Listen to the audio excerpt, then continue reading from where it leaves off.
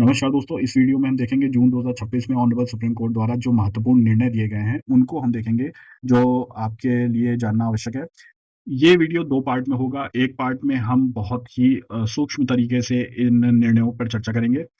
उसके बाद second part होगा, उसमें हर निर्णय को विस्तृत रूप से देखेंगे। सेकंड पार्ट में हर केस की डिटेल में चर्चा होगी। तो चलिए शुरू करते हैं। तो एक-एक करके हम सारे महत्वपूर्ण निर्णयों को देख लेते हैं जो जून माह में रहे हैं सुप्रीम कोर्ट के द्वारा।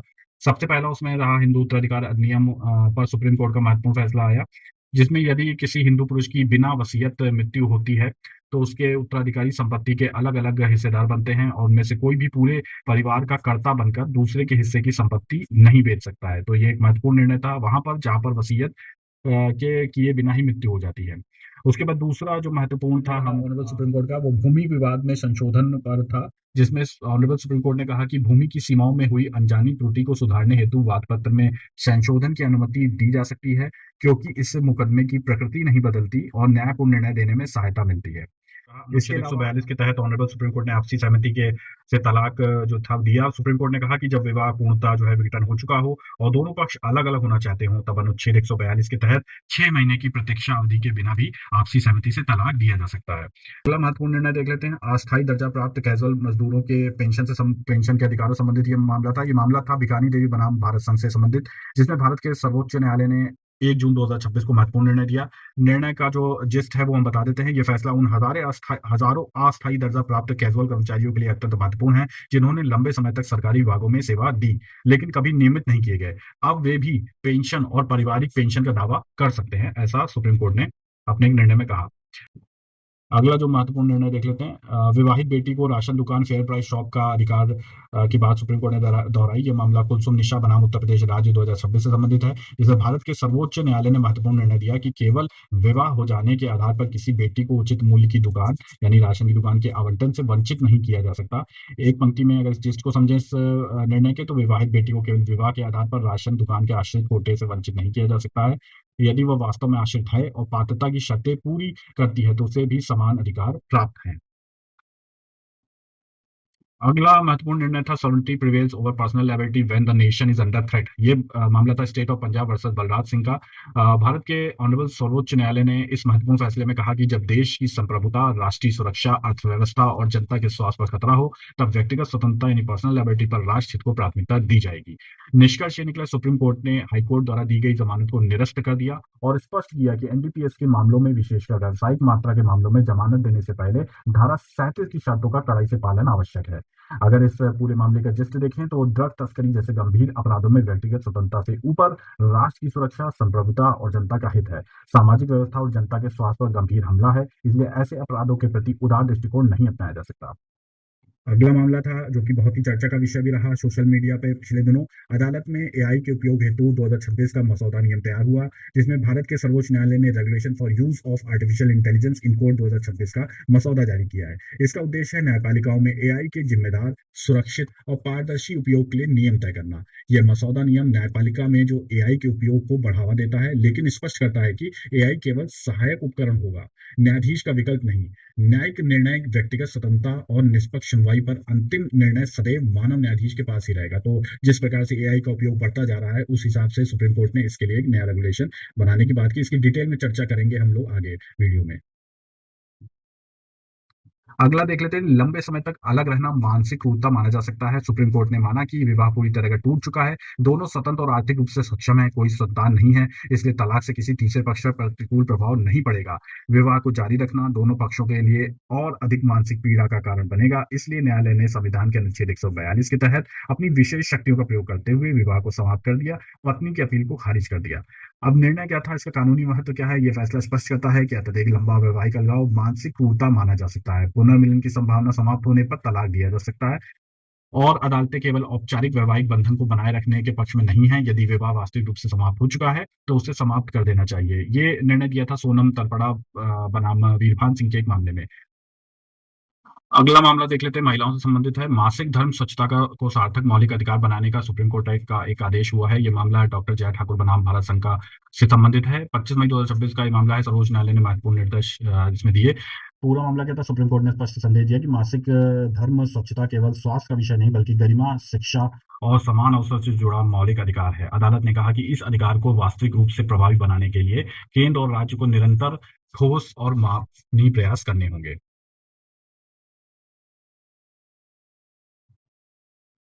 अगला मामला जो है वो चेक बाउंस से संबंधित है, जिसमें धारा 138 सनाई एक्ट पर सुप्रीम कोर्ट का एक महत्वपूर्ण फैसला आया है। ये कि रंगाना कुलू बनाम स्टेट ऑफ तेलंगाना एवं अन्य से संबंधित है। एक निर्णय में अगर इसके जिस को समझें तो फैसले में कहा गया है कि यदि कोई अधिकृत हस्ताक्षरकर्ता संस्था की ओर से सभी वित्तीय दायित्वों का वास्तविक संचालन कर रहा है और उसी ने चेक जारी किया है, तो वो धारा 138 एनआई एक्ट के अंतर्गत व्यक्तिगत रूप से उत्तरदायी ठहराया जा सकता है। तो ये बड़ी बात है कि व्यक्तिगत रूप से भी वो जिम्मेदार होगा।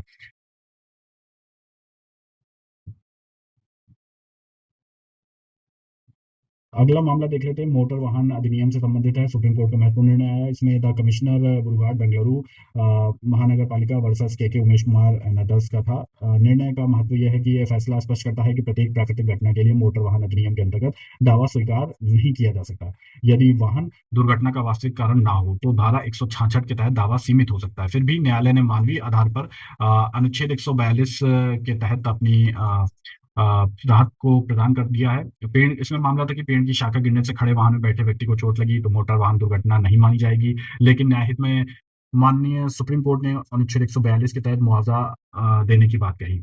इसको भी डिटेल में हम लोग देखेंगे आगे के वीडियो में। अगला है चेक बाउंसिंग चेक अनादरण से संबंधित, जिसमें निर्णय में Kusum ingots and alloy limited versus Pennar Peterson security limited में दिया गया है, जिसमें प्रश्न था कि क्या किसी कंपनी को बीमार यानी सिक कंपनी घोषित किए जाने के बाद भी उसके विरुद्ध धारा 138 पराक्रम में लिखित अधिनियम एनआईएक्ट के अंतर्गत मुकदमा चलाया जा सकता है। निष्कर्ष ये था कि बीमार कंपनी घोषित होने से चेक बाउंस के मामले में स्वतः राहत नहीं मिलती है। मतलब जो है समानता धारा 138 एनआई एक्ट के अंतर्गत आपराधिक मुकदमा जारी रह सकता है केवल विशेष परिस्थितियों में, जैसे बीआईएफआर प्रतिबंधात्मक आदेशों के कारण भुगतान करना असंभव हो गया हो, न्यायालय राहत प्रदान कर सकता है। अब इसमें अपवाद क्या है, इसमें बीआईएफआर है क्या, तो न्यायालय ने यह स्पष्ट किया है कि यदि board of industrial and financial reconstruction ने धारा 22A के अंतर्गत ऐसे आदेश पारित कर दिया हो जिससे कंपनी अपनी संपत्तियों का उपयोग या निपटान ना कर सके और यह आदेश चेक जारी होने या भुगतान की वैधानिक अवधि समाप्त होने से पहले लागू हो, तो परिस्थितियों के आधार पर धारा 138 का अपराध पूर्ण नहीं माना जा सकता।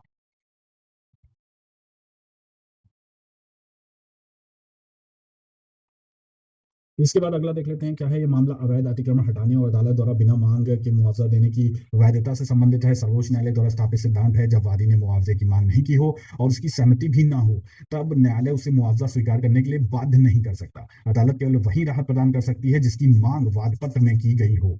तो इस पूरे मामले को हम डिटेल में समझेंगे, लेकिन अभी हम जो इसका जिस्ट देख रहे हैं निर्णय का, उसमें सर्वोच्च न्यायालय जो ऑनरेबल सुप्रीम कोर्ट है ने उच्च न्यायालय के 2016 के निर्णय को निरस्त कर दिया और मामले को पुनः सुनवाई के लिए फिर से उच्च न्यायालय को वापस भेज दिया ताकि वह कानून के अनुसार अपीलों का निपटारा कर सके। अदालत बिना किसी विशेष प्रार्थना यानी स्पेसिफिक प्रेयर या सहमति के अवैध अतिक्रमण हटाने के आदेश को बदलकर केवल मुआवजा देने का निर्देश नहीं दे सकती।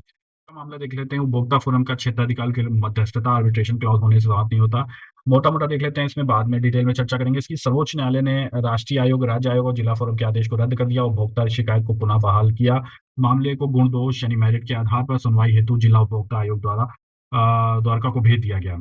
आर्बिट्रेशन क्लॉज कंज्यूमर क्लॉज को बाहर नहीं कर सकता। न्यायालय ने कहा कि एक प्राइवेट कॉन्ट्रैक्ट संसद द्वारा प्रदत्त वैधानिक अधिकारों को समाप्त नहीं कर सकता, इसलिए केवल एक आर्बिट्रेशन क्लॉज होने से उपभोक्ता शिकायत मध्यस्थता को नहीं भेजी जा सकती। न्यायालय द्वारा उद्धृत महत्वपूर्ण निर्णय दिए गए इसमें। ये सब हम डिटेल में चर्चा करेंगे आगे। अगला जो था वो पैदल यात्रियों को फुटपाथ पर मौलिक अधिकार से संबंधित सुप्रीम कोर्ट का जो ऐतिहासिक फैसला रहा। भारत के माननीय सर्वोच्च न्यायालय ने अपने महत्वपूर्ण निर्णय में कहा है कि पैदल चलना प्रत्येक नागरिक का मौलिक अधिकार है और इस अधिकार में सुरक्षित और स्पष्ट और अच्छी तरह से बनाए गए फुटपाथ तक पहुंच का अधिकार भी शामिल है। एक पंक्ति में अगर इस निर्णय को हम समझें तो फुटपाथ पर कोई सुविधा नहीं है बल्कि नागरिक का मौलिक अधिकार है और सुरक्षित फुटपाथ उपलब्ध कराना सरकार तथा स्थानीय निकायों का संवैधानिक दायित्व है। अगला निर्णय देख लेते हैं कि क्या रहा। अगला है कर्मचारियों द्वारा पता परिवर्तन की सूचना न देने का मामला है। ये एक मामला है कर्मचारी की अनाधिकृत अनुपस्थिति और नियोक्ता का पता बदलने की सूचना न देने संबंधित है। मामला क्या था कि कर्मचारी अर्जुन गुप्ता थे, 2006 में कंपनी में कार्यरत था। 2012 में वो बिना किसी पूर्व सूचना के काम पर आना बंद कर देता है। अब अंतिम निर्णय अगर पूरा जिस्ट देखें इस पूरे कहानी की थी, तो सुप्रीम कोर्ट ने जो कहा कि श्रम न्यायालय उच्च न्यायालय के आदेशों को निरस्त कर दिया और कर्मचारी की पुनर्नियुक्ति और बकाया वेतन और अन्य लाभों की मांग को अस्वीकार कर दिया। महत्वपूर्ण कानूनी सिद्धांत यह है कि यदि कर्मचारी अपना पता बदलता है और इसकी सूचना नियोक्ता को नहीं देता है तो नियोक्ता को पुराने पते पर भेजे गए नोटिस के लिए दोषी नहीं ठहराया जा सकता। अगला महत्वपूर्ण निर्णय देख लेते हैं क्या है। Court cannot compel plaintiff to accept compensation. ये था, वादी ओम प्रकाश थे ने प्रतिवादियों के विरुद्ध 2 दीवानी वाद दायर किए थे। अवैध अतिक्रमण हटाने के लिए अनिवार्य निषेधाज्ञा यानी मैंडेटरी इंजेक्शन इन्होंने मांग की थी, क्योंकि प्रतिवादियों ने यानी जो अपोजिट पार्टी थे ने साझा खुले स्थान पर दीवार बना दी थी। प्रतिवादियों द्वारा वादी के मकान की दीवार पर बनाए गए लिंटर जो को हटाने की मांग की गई थी। ट्रायल कोर्ट ने दोनों मामले में वादी के पक्ष में निर्णय देते हुए अवैध निर्माण हटाने का आदेश दिया। प्रथम अपील न्यायालय ने भी इस निर्णय को बरकरार रखा। परीक्षा के लिए महत्वपूर्ण प्रश्न जो यहाँ पर आप देख सकते हैं, जो इम्पोर्टेंट चीज है वो यहाँ पे आप देख लीजिए कि मैंडेटरी इंजेक्शन का उद्देश्य था अवैध निर्माण हटवाना होता है। ठीक है, मैंडेटरी इंजेक्शन का उद्देश्य जो होता है अवैध निर्माण हटवाना होता है। न्यायालय समानता वही राहत प्रदान करता है जिसकी मांग वाद पत्र में की गई हो। बिना प्रार्थना यानी बिना प्रेयर, बिना सहमति के मुआवजा देना न्याय संगत नहीं है। सीपीसी की धारा जो सेक्शन 100 है वो कहता है कि द्वितीय अपील में केवल महत्वपूर्ण विधिक प्रश्न यानी कि सब्सटेंशियल क्वेश्चन ऑफ लॉ पर ही विचार किया जा सकता है। अब यदि वादी ने मुआवजे की मांग नहीं की है तो न्यायालय उसे जबरन मुआवजा स्वीकार करने के लिए बाध्य नहीं कर सकता। अवैध अतिक्रमण हटाने की डिग्री को केवल धनराशि देकर प्रतिस्थापित नहीं किया जा सकता है। अगला निर्णय जो है वो भी महत्वपूर्ण है, मोटर दावा मामले से संबंधित है। ऑनरेबल सुप्रीम कोर्ट ने इसमें जो कहा उसको हम संक्षिप्त रूप में देख लेते हैं। 2013 में दिल्ली में एक सड़क दुर्घटना हुई। 20 वर्षीय आकाश कुमार की मृत्यु हुई। वो सीए फाइनल का छात्र था और आर्टिकल शिप कर रहा था। दुर्घटना इसलिए हुई क्योंकि एक ट्रक सड़क के बीच में बिना पार्किंग लाइट, रिफ्लेक्टर और चेतावनी के संकेत के खड़ा था। अब मृतक के माता पिता ने मोटर वाहन अधिनियम के तहत मुआवजे की मांग की। ऑनरेबल सुप्रीम कोर्ट ने माता पिता के को 40-40 हजार कुल 80 हजार के अतिरिक्त मुआवजा देने का आदेश दिया, जिसका जो पूरा अंतिम परिणाम रहा, कुल मुआवजा जो था वो 81 लाख से बढ़ाकर 82 लाख 1,900 कर दिया गया। बीमा कंपनी को बढ़ी हुई राशि 4 सप्ताह के भीतर जमा करने का निर्देश दिया गया। एक पंक्ति में अगर बात करें तो पूरे निर्णय की, तो माता पिता द्वारा झेली गई संतान की मृत्यु की क्षति का सटीक आर्थिक मूल्यांकन संभव नहीं है। न्यायालय का उद्देश्य उन्हें न्यायोचित और मानवीय प्रतिकर प्रदान करना है। अंतिम जो महत्वपूर्ण निर्णय रहा वो पंजीकृत विक्रय विलेख को वैध बनाने संबंधी सुप्रीम कोर्ट का एक निर्णय आया। जो शराफत अली जो डिसीज थे Varsha deputy director of consolidation Haridwar के से संबंधित था। सुप्रीम कोर्ट ने उच्च न्यायालय और चकबंदी अधिकारियों के आदेश निरस्त कर दिए। वर्ष 1957 में एक पंजीकृत विक्रय विलेख को वैध माना। अपीलकर्ताओं के नाम राजस्व विलेखों में दर्ज कराने का निर्देश दिया। पंजीकृत विक्रय विलेख को केवल मामूली विसंगतियों के आधार पर अमान्य नहीं ठहराया। किसी विक्रय विलेख को रद्द न कर दे तब तक वो वैध और दोस्तों कुछ महत्वपूर्ण ऑनरेबल सुप्रीम कोर्ट के जो जून के जजमेंट से कुछ अगर आपको भी लगता है कि कुछ कोई जजमेंट रह गया तो आप उसको कमेंट में बता सकते हैं। ये वीडियो 2 पार्ट में है। अभी हमने केवल महत्वपूर्ण निर्णय देख लिए हैं। आप इसकी डिटेल में चर्चा अगले वीडियो में की जाएगी, तो अगले वीडियो में आप इसको डिटेल में देख सकते हैं।